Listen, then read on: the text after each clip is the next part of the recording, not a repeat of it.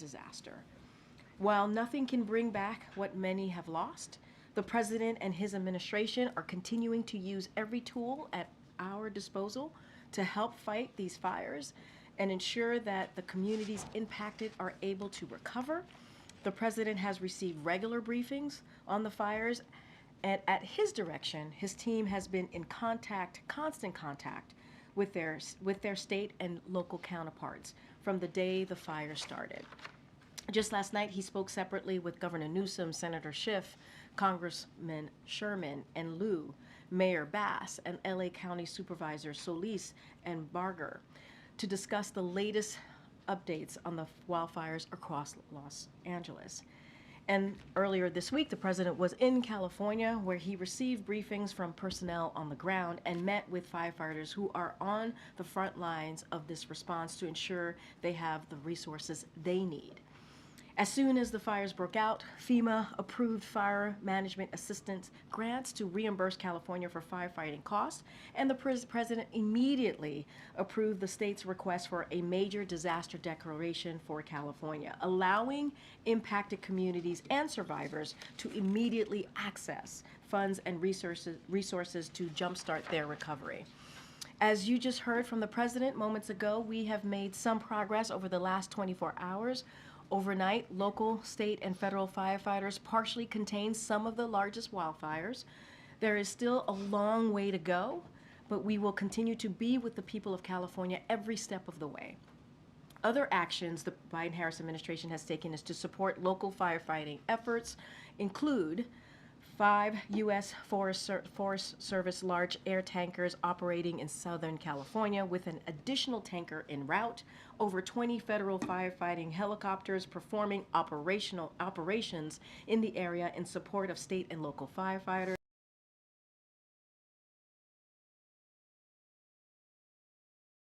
California and Nevada National Guards, and 10 Navy helicopters with water buckets are en route from San Diego. And Colorado is providing assistance from the mobilization of aviation assets as well as fielding of 50 engine companies to assist with firefighting on the ground.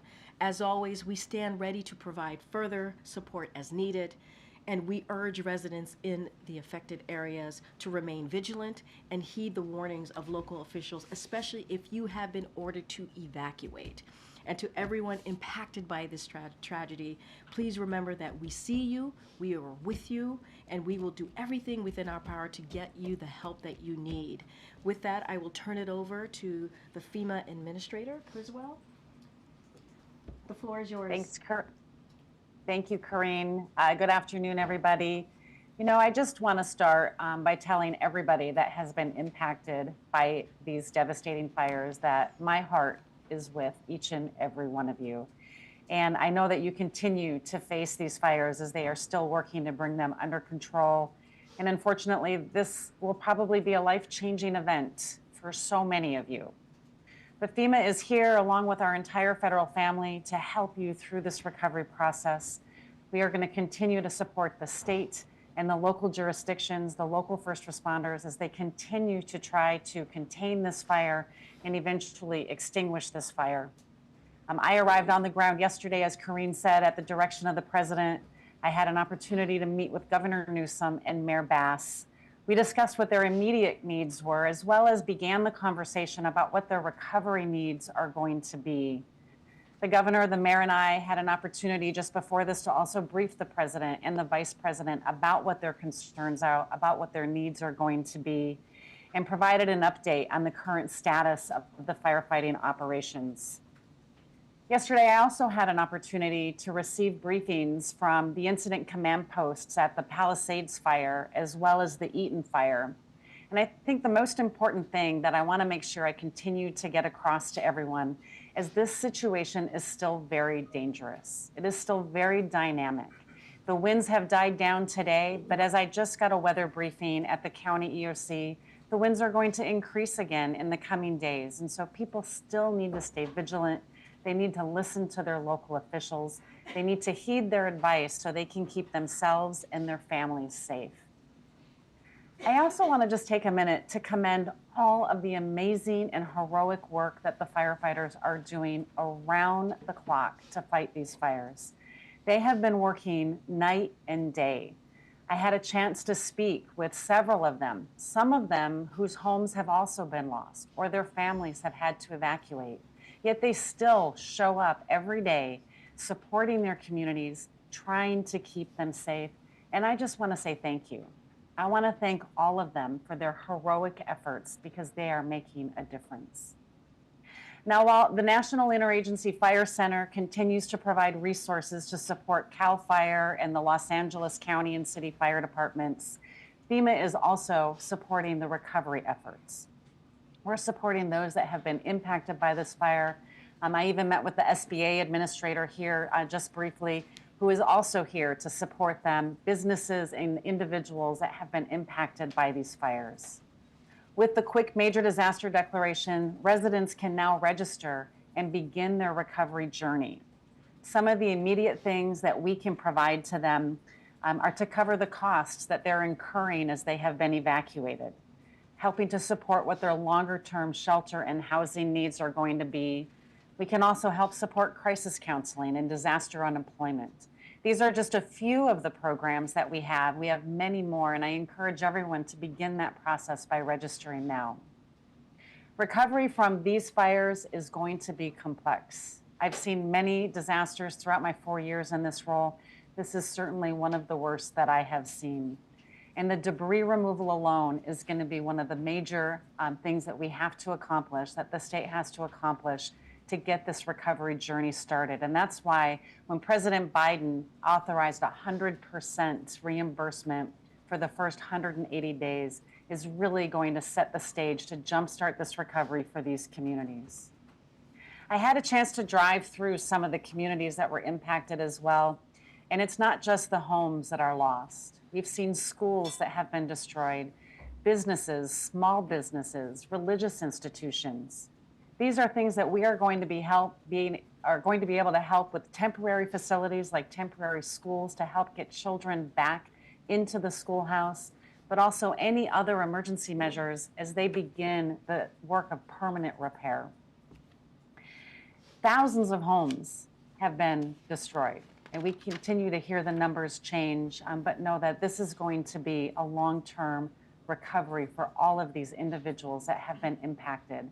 And as I told the governor and the mayor yesterday and today, I assured them that our programs, our staff, the entire federal family are going to be here with them, alongside them, helping them achieve the outcomes that they need to not just rebuild these communities, but also rebuild them in a way that's going to make them stronger and more resistant to the types of weather events that they have been experiencing.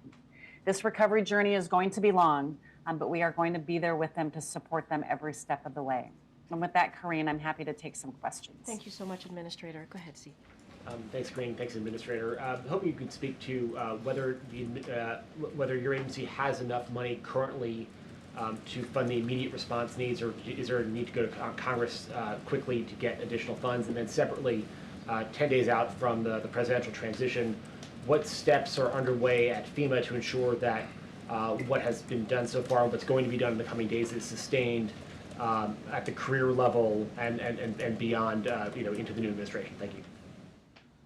Yeah, with the recent supplemental, FEMA received $27 billion. And so we are now able to continue to support the ongoing recovery efforts for all of the disasters that we've been supporting, to include now the immediate response and the initial recovery efforts that are going to be needed here in California. So we're very grateful for the bipartisan support from Congress to give us that additional funding so we can meet the needs of the individuals that have been impacted.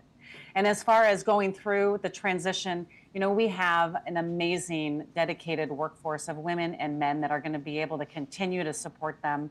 Our regional administrator here has worked many fires across several different administrations, and we are going to work day in and day out to continue to support them through the authorities that are given to us through the Stafford Act.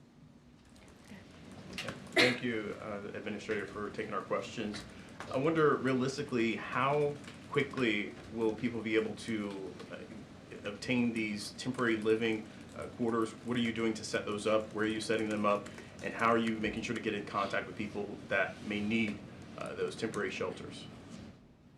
Yeah, so the first step that everybody needs to do, there's two things. They need to register for assistance with FEMA so they get in our system and we can continue to work with them on a case-by-case basis, because we know that everybody is going to have an individual and unique need, and they need to contact their insurance company because their insurance company may also provide alternate living expenses. We have a suite of tools, and one of the biggest tools and the best resources we have is reimbursing individuals for either the hotel costs that they're experiencing right now, or if they find a place to rent, reimbursing them for rental assistance.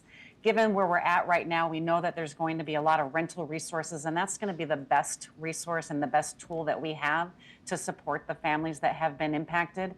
But we have other tools in our toolbox. And so again, we want to work with everybody individually because we know that everybody's situation is going to be different, and we're going to apply the right tool for their particular situation.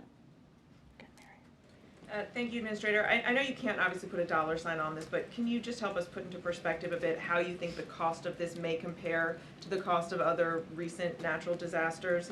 And I'm hoping you could also comment on some misinformation that's out there. We've seen these erroneous evacuation orders and how concerned you are that may lead to people to not responding to or not paying close enough attention to actual real alerts. Yeah, it's really hard right now on the cost of the disaster to put a number on it because we haven't been able to assess how much of the infrastructure has been damaged. I mean, we know the thousands of homes that have been impacted, but the real cost of these disasters comes from how much of the actual infrastructure has been damaged, the roads, the water system, the power, but also the soft costs and the economic impact. We know that this is going to be billions. And so we really want to continue to focus right now on whatever we can do to continue to support California in getting this fire suppressed and starting this recovery process. And again, thanks to the bipartisan support of Congress, we have enough funding to support those recovery efforts and these response efforts. And as far as the misinformation and the alert that went out, I mean, we want to make sure people are getting timely and accurate information. And I will defer to the county for the specifics on what they're doing as far as that alert, but know that it's part of our wireless emergency alert platform that FEMA offers to state and locals, and we are providing technical assistance to them to make sure we can help them understand what happened and ensure that it doesn't happen again, because we have to be able to send out accurate information so we can give people the right information and they know to believe it. Good job. Thanks, Karine. Administrator, the President was referring in the Oval earlier and yesterday to, I guess, some misinformation about the fire hydrants. Can you just spell it out clearly? Is there a water shortage? Is there an issue with water? And if not, what's the issue? Yeah, I mean, I would really defer to the city and the county for the specifics, but what I have been briefed is that it was an overload of the system, right? There were so many simultaneous fires that happened at once. There was multiple firefighting resources that were utilizing and using the water system to put out these fires, and it put a strain on the system, and it takes time for that system to then regenerate. But the specifics on it, I really just want to make sure that you talk with them. As we heard from, the Los Angeles City Fire Chief yesterday, they plan for this. They have other resources available with water tenders, and now we have the ability to fly the aircraft into these communities to help put that fire out. And so it really, you talk about the multiple simultaneous fires that started, and it just put a strain on the system from my understanding. Just one follow-up on the coordination with the incoming administration. Are you speaking to anyone yourself on the transition, and has the misinformation aspect come up in those discussions?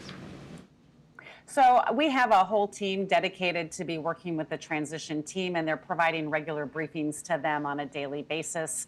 And so we're providing whatever information that they ask for. President Biden committed to 180 days of 100% match on recovery funds. Just technically, how is he able to commit to 6 months when he's only going to be in office for 10 more days? Is that locked in, or could that change if the next administration has a different idea? You know, this is a practice that many administrations have utilized to help support the immediate needs in the response to one of these major catastrophic disasters. And what we want to be able to do is recognize the catastrophic impact of that. And the president has the authority through the statute, through law, to be able to commit this amount of funding to support the recovery efforts. I would hope that we look at this, as I think Karine said earlier, that these are communities that have had a catastrophic impact, and that we want to make sure that we are doing everything we can as a federal family to support them on this recovery journey. The statute, the law, allows us to do exactly what we did and allows the president to make that determination, and this is what they need. They need this support in order to facilitate the recovery that's going to have to happen. And just a quick follow, does that mean that it can't be rolled back? I mean, I'm certain that, you know, anybody can make a determination on if they want to do something or not, but this was done according to the statute, and I would think that the statute would say that this is the direction that needs to happen and that it shouldn't be rolled back. This is Arlette Sines with CNN. In your conversations with any of the local officials, have any of them expressed concerns about the possibility that that funding could be rolled back? Well, I think I've gotten the question from several people about what's going to happen over the transition. And the same thing that I've said to you is that we have dedicated career women and men that have been supporting disaster response for everywhere around the country, not just this administration, but the previous administration and every administration before that. And the actions that we have taken in this administration are no different than the types of declarations that have happened before. And I want to assure them that the law, the Stafford Act, that gives us the authority to provide these declarations is one that has withstood since 1979, and we will continue to implement it as directed by the law. Kelly.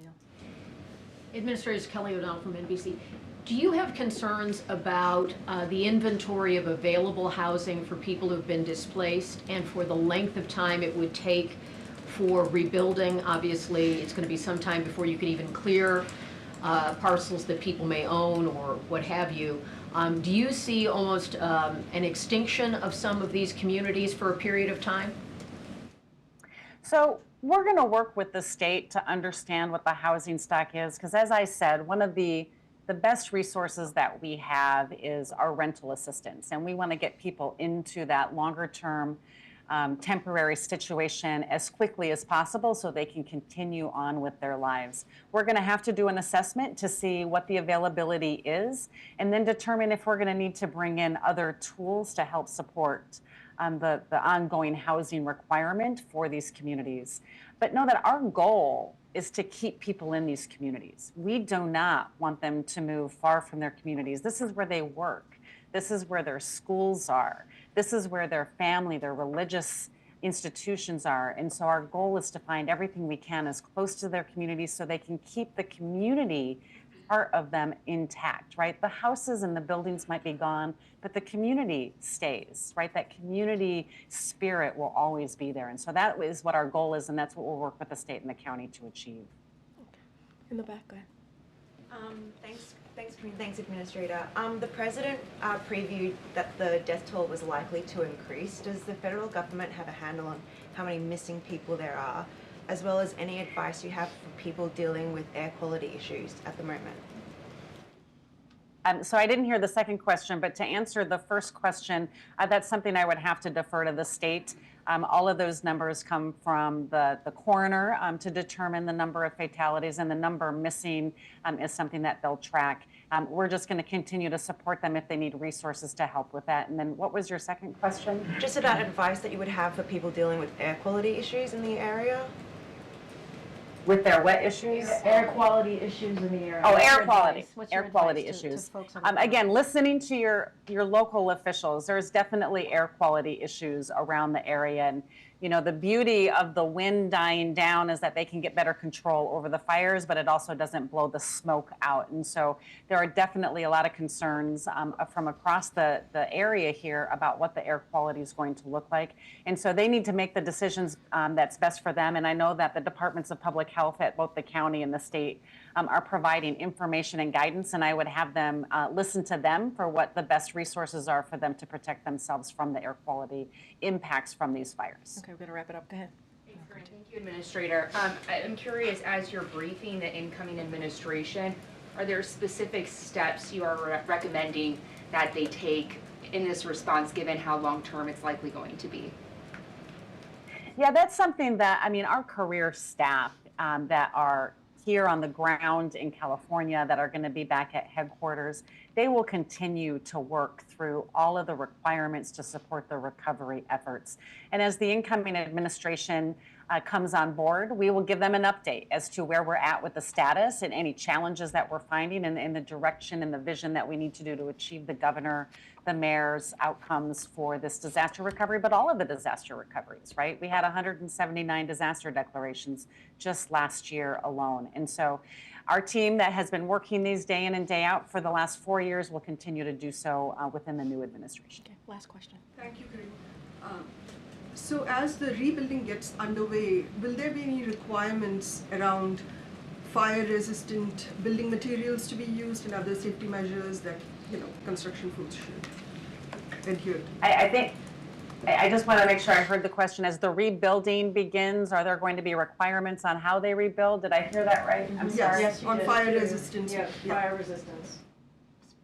Yeah, so one of the things that we can do to help support these communities is we do have mechanisms through our mitigation programs, whether that's in the public infrastructure that's getting rebuilt or through our hazard mitigation grants that the state can offer. As they rebuild, we want them to rebuild in a way that helps make them more fire resistant. And so we encourage the use of that flexibility within our authorities to make sure that these communities are stronger to face any future events that they might see like this. Okay. All right, Administrator, since we have 10 days left, I wanted to be sure to say thank you so much for your service. It's been an honor to work with you. Please stay safe in California. And again, thank you so much. Thanks, Karine. Thanks, everybody. Oh, I have actually two more things, and then I'll get to questions. So I'll quickly turn to Venezuela, where Maduro once again demonstrated his complete disregard for democratic norms and proceeded with his illegitimate inauguration. As President Biden emphasized during his meeting with President-elect Edmundo Gonzalez Urrutia on Monday, January 6, we believe that it is essential that the will of the Venezuelan people is respected. In coordination with our partners, we've given Maduro and his representatives every opportunity to restore democracy, but they haven't. So today we are building on all of our previous actions and taking further major actions. We announced new sanctions on key Maduro-aligned officials as a part of our efforts to hold them accountable, and we imposed more visa restrictions totaling nearly 2,000 individuals. We also increased the reward amount to $25 million for Nicolas Maduro and his so-called Minister of Interior as part of the Department of State's Narcotics Rewards program, only the second and third to have the largest amount allowed. It is important to note that we are taking these actions alongside similar actions taken by Canada, the European Union, the United Kingdom, to demonstrate a message of solidarity with the Venezuelan people and further elevate international efforts to maintain pressure on Maduro and his representatives. Today, Maduro finds himself more alone than ever, with few friends in the region and in the world and around the world. And before I get to your question, just one more thing. I did want to highlight some good news we received this morning. The final jobs report for the Biden-Harris administration was released today, and a remarkable 250,000 jobs were created last month, defying expectations. Additionally, the unemployment rate ticked down to a low of 4.1%. This is the only administration to gain jobs every month. We had 0 months with job losses. This was no accident. President Biden's administration has delivered the strongest recovery in the world and laid a strong foundation for years to come by investing in America, empowering workers and unions, lowering costs, and supporting small businesses. Over 16.6 million jobs created, the lowest average unemployment rate of any administration in 50 years.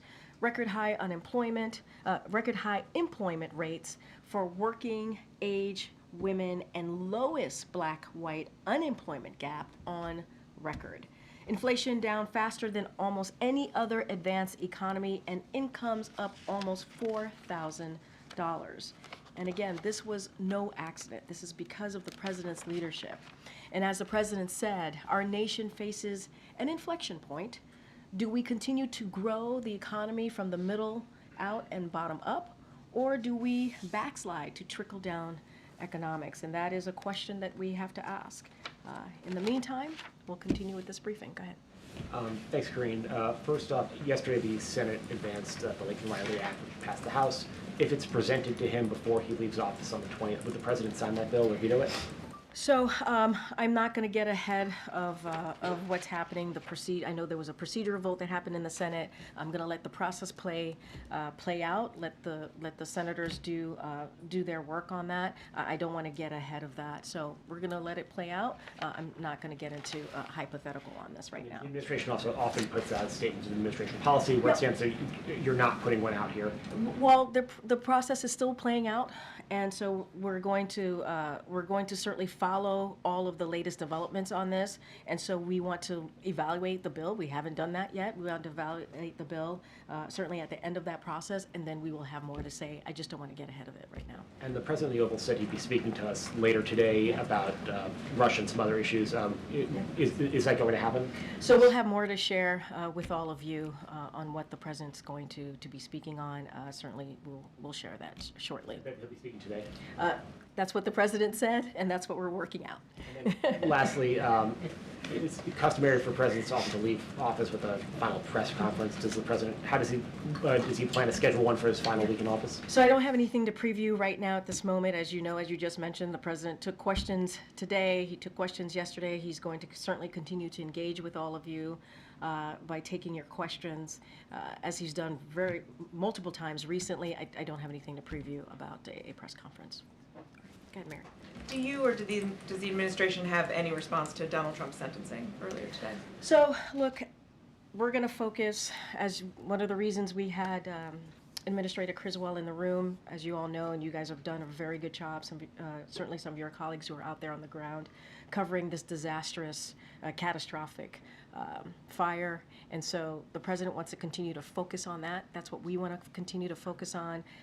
We're not focused on what occurred today, certainly with the court decision. We are, and we've been saying this, I know it's probably ad nauseum, we've been saying this, that we are running through the tape, and I think we have proven that almost every day. Certainly in 2025, we've been pretty busy. And so that's going to be our focus. What can we do to continue to deliver for the American people? What can we do to make the lives of the American people better? And that is our focus, not going to speak to the decisions made in the court today. Okay. Two questions, Karine. One on Meta. Meta made a decision this week about doing away with its fact-checking for Facebook and its other platforms. Does the White House have a reaction to that? So we've been pretty consistent here over the last 4 years. When any corporation or company makes a decision, a private company, to be more specific, makes a decision, we just are not going to comment. So I'm not going to comment on this, and so just going to leave it in that realm. But look, social media. I'll say this: social media companies make their own rules about content moderation, but with that said, we have been outspoken about our belief that the social media companies have an important role to play in enforcing their own rules to prevent the spread of misinformation. That is a responsibility that company has, and we've always been pretty clear about that. But speaking specifically to an announcement, we're just not going to comment on that. I mean, I understand, but that is something that you guys have been outspoken about, and they're making a change on it. So yeah, but I guess it's something I thought maybe you would want to comment on. I mean, look, we talk about social media companies having a responsibility. We've always said that. We've all been really clear about that. We've also been clear that policy decisions that are made by private companies, we're not going to speak to those specific an announcement, but we can speak broadly on our belief and how we see their responsibility. And that's as far as that we've always gone, and we're not going to go beyond that. I just briefly And another topic with regard to the Russia sanctions that were announced today. Does the President, does the White House have any concern that that could lead to an increase in gas prices for consumers? So look, we took aim today in your question at Russia's largest resources of revenue and imposed significant sanctions on the Russian energy sector. These sanctions certainly target both Russian oil and LNG, and we expect our actions to cost Russia upwards to billions of dollars per month. And so that's important to note as well. And these also, let's not forget that these are also, these sanctions really continue for us to make good on a commitment that we made, that the President made, and his G7 counterparts made to target Russia's ability to use its energy sector to fund and sustain this war. We've talked about this for some time, and so now the President certainly made good on that commitment. So it's not just us. Obviously, we joined these actions with the UK, which imposed significant and complementary actions of its own. And so I think it is important to note that, by taking these significant actions against Russia, oil markets are in fundamentally better place. That's number one. And number two, the U.S. economy is a fundamentally better place as well. And so that's why we took this action now. This is a commitment that the President wanted to uphold, not just the President, but also the G7, his G7 counterparts, and that's what you're seeing right now. But my question was whether you're concerned that it will lead to an increase in gas prices. I mean, look, I've said, look, one of the things that we expect and we believe is that the supply of energy is going to exceed global demand through this year with ample capacity within the outside of OPEC Plus to increase production if necessary. So since the start of Russia's war, benchmark oil prices have fallen almost $35 per barrel, and average U.S. gasoline prices have dropped from roughly $4 to just $3 per gallon. That's because of the actions that this President has taken. And so that is what we want to continue to see. And so that's what we also think will continue to be. Like the gas prices, we believe the gas prices will continue to be where it is and continue to go down because of the actions that the President has taken. President Biden was expected to meet with Ukrainian President Zelensky when he was in Rome today. Is he planning to speak with him? So the President did speak to President Zelensky moments ago. We will have a readout for all of you. Obviously, the President wanted to reach out to President Zelensky because, as you just stated, they were supposed to meet in Rome. It did not happen because the President decided to stay and be back here because of the catastrophic fires, obviously, that we're seeing in Southern California. So the President decided to stay back, but they did have a conversation. They spoke moments ago, and so I know the team, before I came out here, was going to work on a readout, and so we'll have that out to all of you soon. In his interview with the USA Today earlier this week, the President talked a bit about preemptive pardons, saying that they are still potentially on the table. Can you speak a little bit about the scope that he is considering when it comes to that, and if he's any closer to it? So we have been saying that the President will have more to say, more to announce on pardons and commutations. So that is, we have 10 days to go. So certainly that will be very soon that we'll make those announcements. I'm not going to get into the scope. I'm not going to get ahead of the President, but we will be making some more additional announcements on pardons and commutations before the end of his term. Okay. You mentioned the President spoke with Zelensky, but is he also going to have a conversation with the Pope? I know he was also supposed to meet with him. Yeah. Or is there any thought that the Rome trip could sort of reemerge in the final 10 days? I don't have anything to say, to add or to announce about a change in schedule. What I can say is, I just mentioned that he spoke to President Zelensky. He wanted to share with the President our continued support for Ukraine, which you've seen over the past 3 years. And so that was a part of their conversation. As it relates to the Pope, I don't have anything to announce about a conversation with the Pope. And so if we have anything to share, we certainly will share with that with all of you. Kelly. Has the President received any updated information about the status of his son's home in California? Also, his granddaughter lives there now. He did make some reference to seeing some pictures, I wasn't quite certain I heard it correctly, related to Secret Service being burned out. Can you give us an update on anything that relates to the family? So what I can say, Secret Service, you would have to reach out to the Secret Service for them to speak to any developments and what has occurred with them. As it relates to the president and his son, I don't have anything else to add beyond what the president shared. Just don't have anything at this time. Is he inquiring and getting any on-the-ground information related to I that? don't have anything to share. What I can say is that when it relates to Secret Service, certainly you have to reach out to the Secret Service, but obviously he's in close touch with his son and his family. Because he referenced that, and they would only be present if protectees were at issue, and they would be connected to the president. So that's why I'm asking if he's getting any update on anything related to that. Well, again, I don't have anything else to add to what the president shared. As it relates to Secret Service and protectees and what they're doing specifically, you would have to reach out to the Secret Service, and we've been pretty consistent on that. And did he have any opportunity at all to speak to the president-elect about the fires? And they were obviously briefly in the same place yesterday with the Carter funeral and so forth. Does he see a need to, I know there's a full transition I was operation. going to say, there's a full transition operation. Fully You aware of heard that, the administrator talk about their kind of process on that side as it relates to FEMA.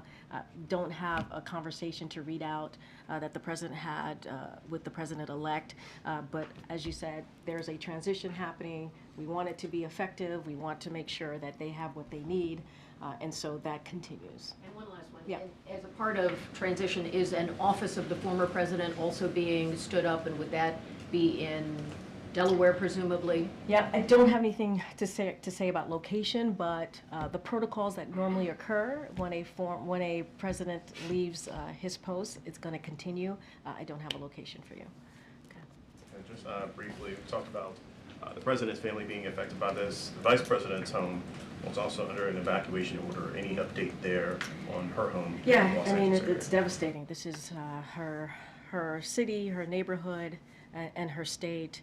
I would have to refer you to the vice president's office on any updates that they might share with you. I don't have anything for you at this time, but certainly it's devastating. So many people are affected by this, and it's heartbreaking.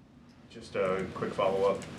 Will she travel to the Los Angeles area this weekend? Is there any travel plan for her? I would refer you to the vice president's office on any travel or her schedule. One more. Yeah, one sure. quick one, I promise. So we talk about the transition. Have you hosted any conversations with your immediate successor? And when will your final briefing take place? I'm sure you guys are all very excited about that. No, I'm just So I have not had a discussion with my successor. I'm letting the transition team kind of manage that process and just doing my job, focusing on my job on behalf of the president.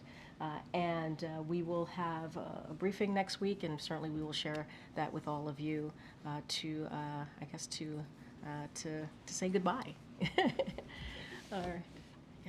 Hi, Karine. A couple of topics, if you don't mind. First, on Venezuela, you mentioned the sanctions that the administration is putting on Venezuela in its final 10 days. Are you in discussions with the incoming administration about policy towards Venezuela, and are you expecting those sanctions to hold once Trump does take office? And so, look, I can't speak to what the next administration is going to do or not do. What I can say is, and I believe Jake Sullivan talked about this when the National Security Advisor talked about this a couple times, whether in a gaggle here at the podium, saying that they are in constant communication with their incoming counterparts, the NSC is, and so I'm sure those conversations are happening on that side of things with the transitioning. I can't speak to what the next administration is going to do or not do, but we are in constant communication with the transition team here is in constant communication with their transition. Well, their transition team is in constant communication with our folks here. Just another one on Havana syndrome and AHIs. There's been a slight shift in the intelligence community assessment surrounding this phenomenon. Yeah. Does the White House believe that this is because of foreign actors? It's happening because of foreign actors? So look, we put out a statement on this, so I would certainly refer you to the statement that came out from my colleague out of the National Security Council. What I will say is the intelligence community assessment is one element of an interdisciplinary approach this administration has taken to getting to the bottom of these incidents. We believe it's important to do so and ensuring our colleagues receive the support and care they need and that they deserve. So the IC's updated assessment is a product of ongoing analysis.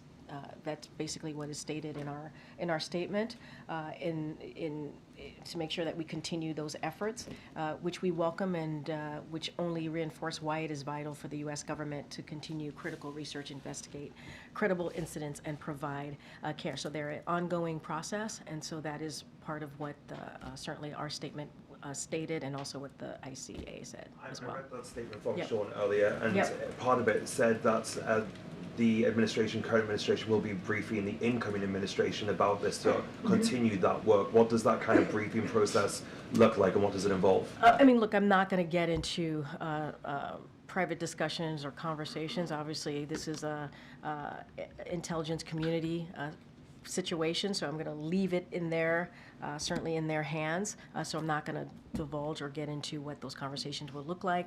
But like I've said multiple times, we are certainly keeping the transition team up to date on matters that are important, certainly to our national security, but to the American people. That's great. Thank you. Go ahead, Josh. The Supreme Court indicated today that it will allow these TikTok ban or divestment ruling to proceed with the deadline of January 19th. Does the administration have a position on whether that should happen? Of course, the incoming administration, he's changed his view.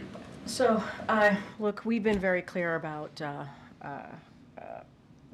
our position. Obviously, the president signed the bill, and we believe it's not a ban, it's a divestment, and obviously there are provisions in that on how to move forward.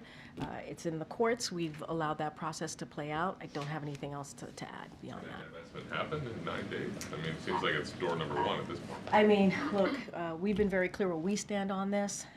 9-10 days. I would certainly leave it up to TikTok to speak to that. Going back to the Russia sanctions, can you walk us through the thought process on this? Is this, the President-elect has obviously made clear his desire for some sort of deal to end the fighting. Yep. Is this trying to set the table for that by ratcheting up pressure on Russia? Another way of asking that is, why not do this earlier than now? I mean, look, this is, as I stated, this is a commitment that was made by the president and the G7 counterparts, his G7 counterparts, and we've always said that we were going to find ways to put pressure on Russia. We've always said that it is up to Russia to end this war. They can do it today. And we've been, I think, pretty clear on that. This is not the first sanctions. We've done multiple sanctions over the past almost 3 years as this war has gone on. And so this was, it wasn't just us. This was also in coordination with our allies and partners. And so that's what you saw. You saw UK make an announcement as well. But we've been clear. We've been clear that we were going to take actions. And so that's what you see from this administration. But this is not the first one, right? We've done multiple, as I just stated, actions before, and we want to make sure that we hold Russia accountable here. But by definition, you made the choice not to do these specific actions, which are pretty significant. Yeah, they are significant. For a couple, You're right. couple of years. So why not? Well, Again, I why just didn't said, you do it a year ago? no, Why I hear now? you. What changed? And again, in my answer to you just moments ago, it's not just us. This is also being done with our G7 counterparts. This is essentially a group effort, and that's what you're seeing today. I know I have to. Go ahead. Thank you, Karine. Do you have updates on the American citizens that are being detained in Venezuela? The Maduro government claims one of them is an FBI agent, if you can confirm. So I don't have any updates for you at this time. I certainly would refer you to the State Department. Look, when it comes to Americans being held hostage, wrongfully detained, you have seen from this administration our efforts to make sure that we get Americans home. I think we have shown some success in doing that, and that is going to continue to be our commitment, even though we have 9-10 days left. I don't have an update on this particular individual. I certainly would refer you to the State Department. One more, if we can get a reaction on Indonesia becoming a full member of BRICS, Indonesia is obviously Southeast Asia's largest economy that could lend credibility to BRICS' ambition to become the alternative to the G7, particularly as we head into the new U.S. administration, which may have a different approach towards multilateral cooperation? So I don't have anything specific to say about this. I would have to refer you to our National Security Council on that particular question. Okay, Gary. Thanks, Karine. Meta also reportedly eliminated its DEI programs and hiring, training, and picking suppliers. And they cite the Supreme Court ruling in affirmative action. I know you said that you wouldn't comment on business policies, but the administration really went out of its way to sort of convince businesses not to interpret that ruling as anything that further than that. Is there a disappointment there that companies like Meta and McDonald's, Walmart are rolling back these DEI policies? So, not going to comment on a specific action that a private company takes, but what I can say is that you've heard from this president, you've heard from this administration, diversity is our greatest strength. You have seen this not just by words, by action that this president has taken, and certainly that is a sentiment you've heard echoed by leaders across businesses and government, not just us, and so that continues to be our stance on this. It is important to have different voices around the table. It is important to have different voices, working on policy to make sure that we are delivering for the American people. And that's what we have done. That's what we have shown. And as it relates to specific companies, I'm just not going to comment on that policy. But I think by our actions and what you have seen us do over the last 4 years, our commitment to that, our commitment to making sure communities that are normally left behind have a voice or not, don't feel like they don't have access, and changing that around. We have done that in many ways, whether it's the economy, whether it's lowering cost on prescription drugs, making sure manufacturing jobs come back, helping for wages to go up. We have done this and shown our commitment to that. Again, I'm not going to speak to any particular company. Yeah, sure. I recently spoke to Reverend Al Sharpton, and he said that he would like the president to issue a pardon for Baltimore County State Attorney Marilyn Mosby and Jesse Jackson Jr. Can we expect to hear an announcement on any high-profile pardons such as these? Yeah, I'm not going to get ahead of the president. He's going to make some more announcements or pardons and commutations. Certainly, we've heard from groups out there who have certainly been very vocal about what they think the president should do. The president and his team is working through it. They're trying to figure out the best way forward. Obviously, the president believes in Americans who have shown that they can get a second chance to have that second chance. And I think you've seen that. This is a president that has been pretty historic in his actions in moving forward with pardons and commutations. I'm not going to get ahead of him. Karen. Thanks, Karine. Does the president expect that President-elect Trump will be here in the morning before the inauguration? Has that invitation been accepted by the president? I would refer you to the transition team to speak to what the president-elect is going to do or not do on January 20th. But he extended the invitation to come here. That is something that is a tradition, so obviously we are going to try to continue that tradition, but I would have to refer you to his transition team. Go ahead, Emma. Thanks. I had a few follow-up questions on the transition process. To follow up what Karen was asking, it's also a tradition for the president, incoming president, to stay at Blair House. Is that an invitation that's been extended? I don't have anything to share on if the president-elect is going to be staying at the Blair House. What I will say is we certainly are trying to continue the traditions here. We want this to be an effective, efficient, peaceful transfer of power. Once we have more to share, certainly would share from our end of things, and anything that's related to the president-elect, I would refer you to the transition team. And then we've seen some moving trucks out here today. Can you talk about where you guys are physically in the process, and have there been any directives? Because I know in the past with the other administration, there's been issues with classified documents and mix-ups, and I know you guys have said you want to be careful and follow the rules. So. We are going to do our best, certainly to be careful, to follow the rules, to do this the right way, to follow traditions, obviously, as the president truly wants to do, as he showed right after the election, having the president-elect in the Oval Office, and putting everything aside and making sure that we were putting the American people first and what they wanted, respecting the results of the election. That's what you've seen from this administration.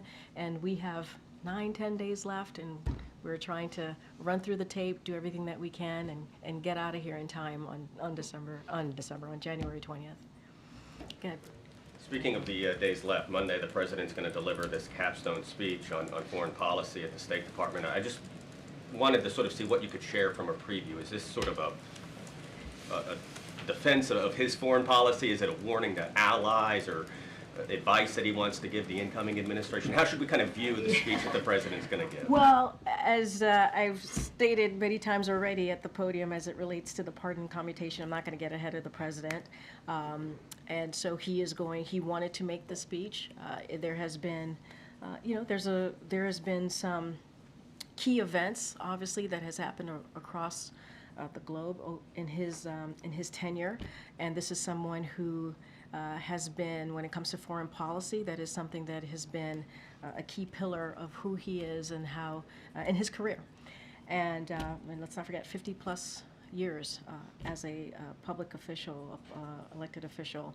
And so he has some thoughts on the future, not just of the country, but how this country moves forward as a leader when you think about global events, important global issues. And certainly he will lay that out. I don't want to get ahead of him, but you could reassure there are major events happening right now. The Russia's war in Ukraine, the Middle East, and many other Indo-Pacific, many other important matters that he's going to certainly lean into, but I don't want to get ahead of the president. All right, thanks everybody. We'll see you next week. Any reaction to the Title IX ruling, Karine?